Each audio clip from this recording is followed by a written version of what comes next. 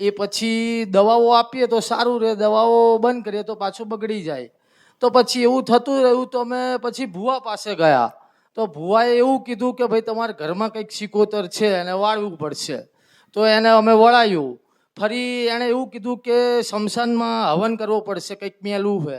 તો એના કપડાં 1-2 રાત એના જ્યાં સૂવે ત્યાં નીચે રાખવાના અને 7 લીંબુ રાખવાના, બરાબર છે. એવું 2-4 દિવસ કરવાનું અને પછી સ્મશાનમાં જઈને એને હવન કર્યો, કલેજી ને દારૂ આપ્યો. મસાણી મેરડી માતાના જ ભુવા હતા અમારી સોસાયટીમાં, અશોક ભુવાજી કરીને હતા.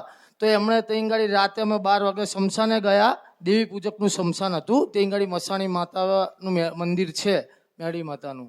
ત્યાં ગાડી જઈને હવન કર્યો, બધું કર્યું, તેમ છતાંય સારું થયું નહીં. જે એવું કીધું કે ભાઈ નારિયેલ તમે વાળીને મૂકો સારું થઈ જશે. પછી એ 2-4 મહિના 6 મહિના ત્યાં